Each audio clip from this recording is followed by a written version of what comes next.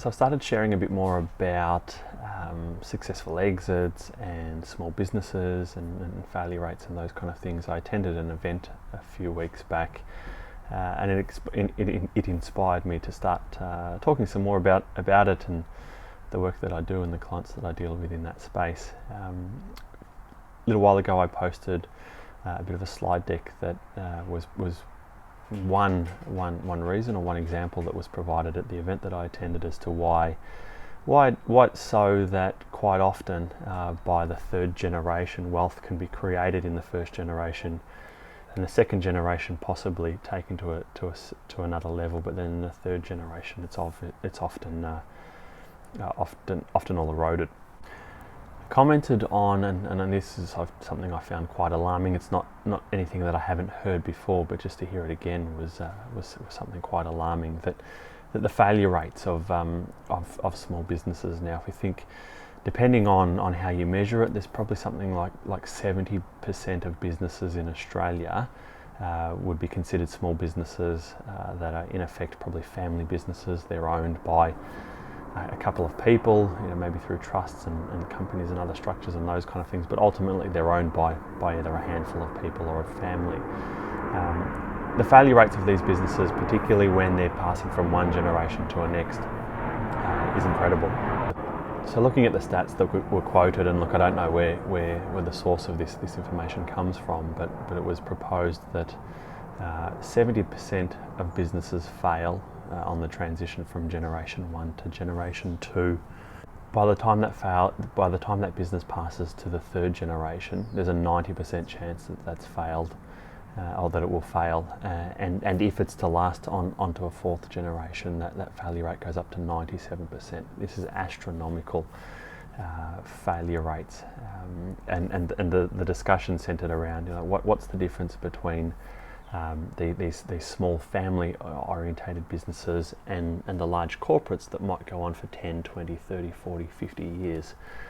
And the big thing discussed and the big reason behind all of this is that often in the family business scenario, it's a once in a generation transition of wealth, transition of ownership, transition of responsibility of the business. Whereas in the corporate world, someone might be appointed as a CEO or some other C-suite management role, and often they might only be there for a handful of years, 3 years, 4 years, 5 years. So in the corporate world, there's a well-trodden path around this transition, this succession. There's processes and procedures in place. Whereas in the family business world, things are a whole lot different. Particularly if you're the founder, so you may not have actually been through a transition, through a transition event before. You've founded the business, you've worked in it. It's your blood, sweat, and tears that's built it up. Potentially your kids may be old enough, and your hope or your aspiration is that the kids will take over that business, whether they buy it from you, whether you gift it to them, whatever that might look like. But often that's, as I said, that's a once in a generation transfer that happens. And the expertise in running the business, managing the business, and often managing the transfer is often just limited to those that are in the family. Whereas in the corporate world, they'll reach out and get some experts involved. They do this regularly, so they have a track record of doing it. But in the small business world, in the family business world, it often only happens maybe every 20 or 30 years, a once in a generation transfer. Now looking at the proposal given as to why is it so that this wealth is created in generation 1, potentially lasts on to generation 2, but by generation 3 it's often all eroded.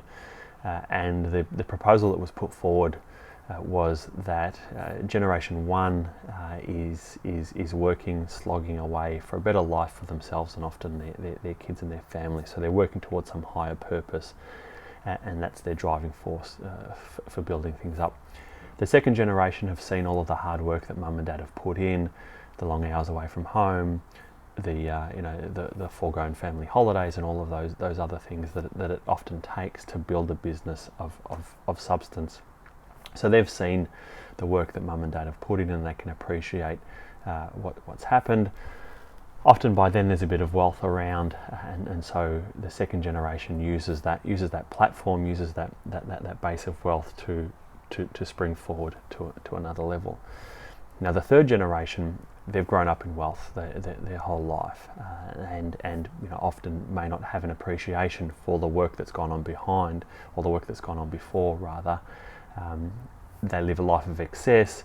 There's always been money around, there's always been holidays, cars, houses, all of those kind of things. They live a life of excess without appreciating where it's all come from, and very quickly it's all eroded through that lifestyle.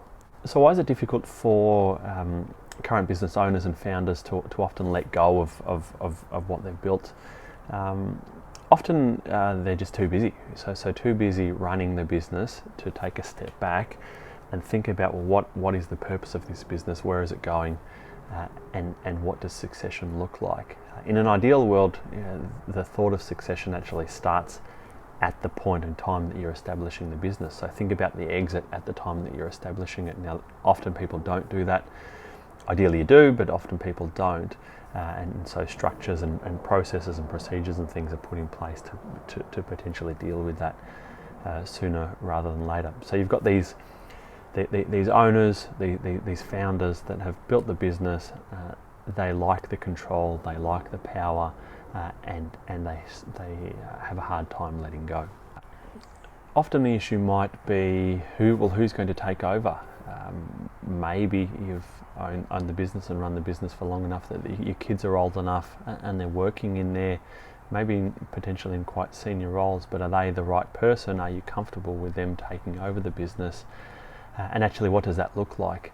It's quite often that business owners view their business as their retirement nest egg, and so their intention is to sell the business to free up some money to support themselves through retirement. Now, if you haven't got the right plans in place, and you're potentially looking at selling it to your own kids, how are they going to be able to pay for it?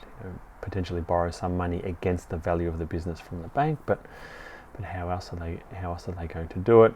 Often then find that that the business ends up being gifted to the kids. They just take over, and hopefully it continues on well.